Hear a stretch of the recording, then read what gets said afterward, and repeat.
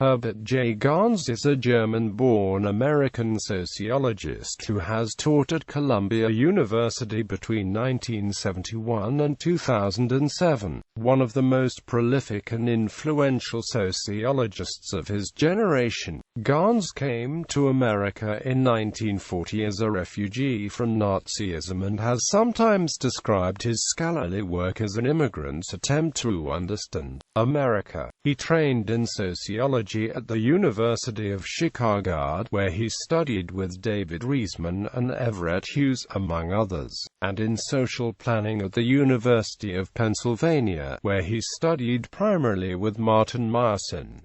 Herbert J. Gans served as the 78th president of the American Sociological Association. Biography. Herbert J. Gans was born in Cologne, Germany on May 7, 1927. Gans arrived in the United States in 1940, becoming a citizen in 1945. Gans studied at the University of Chicago, receiving a M.A. in 1950. He went on to receive a Ph.D. in sociology and planning from the University of Pennsylvania in 1957. Gans married Louise Gruner in 1967. The son is David Herman Gans.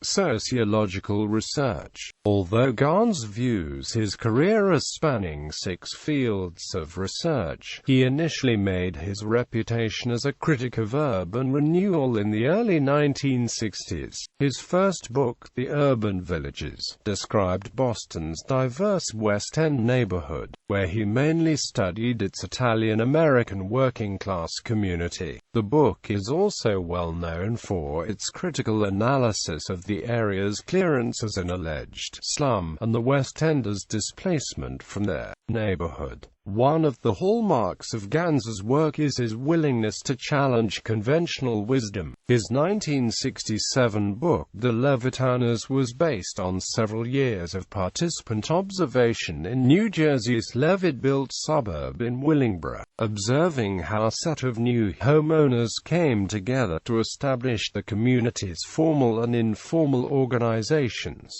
demonstrating the inaccuracy of the popular depiction of the post-war suburbs as homogeneous, conformist, uneconomic. Gans showed that Levittown was in many ways a typical lower-middle-class suburb, the residence class and other differences structuring the social and political life of the community. Studies in news media. Gans's third major participant observation study of the national news media was conducted in the newsrooms of NBC and CBS and the editorial offices of Time and Newsweek. The major theme of the work is well represented in its title, Deciding What's News. He has published several other studies of the news media and the entertainment media, the best known being Popular Culture and High Culture. In it, he challenged the conventional wisdom that high culture aesthetic standards were universal, arguing instead that cultural tastes reflect educational levels and other aspects of class. His work on the media, like his community studies, has a populist theme, aiming to look at American society from the perspective of the country's working and lower middle-class majority.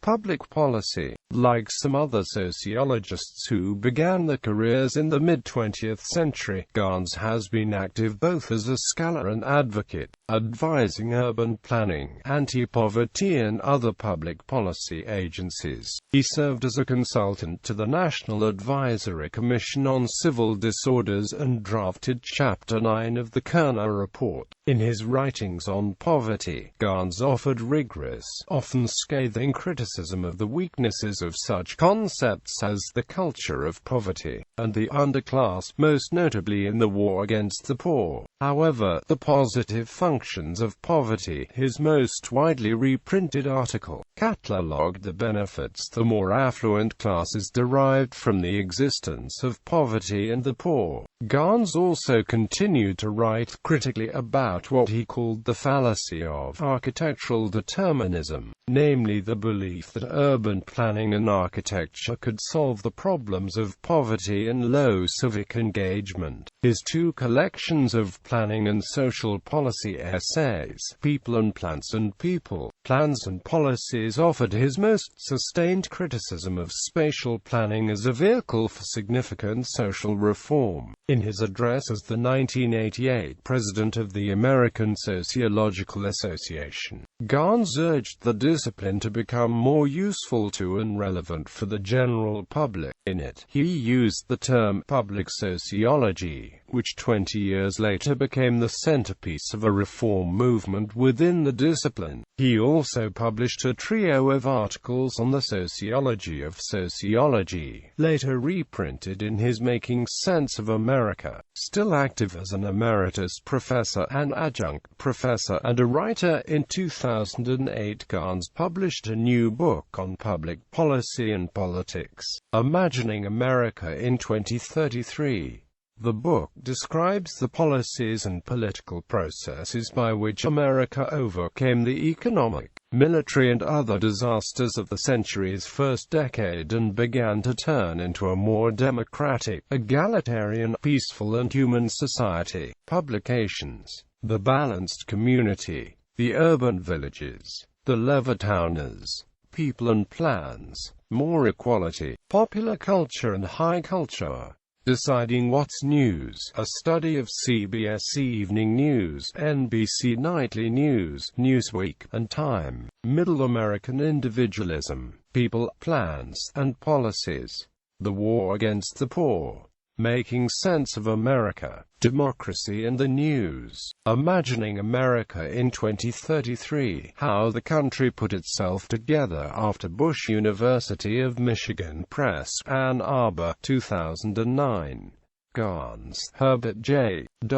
Working in 6 research areas, a multi-field sociological career.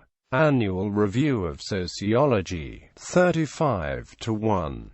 DO 10.1146, Anarev Sarko 70308-115936.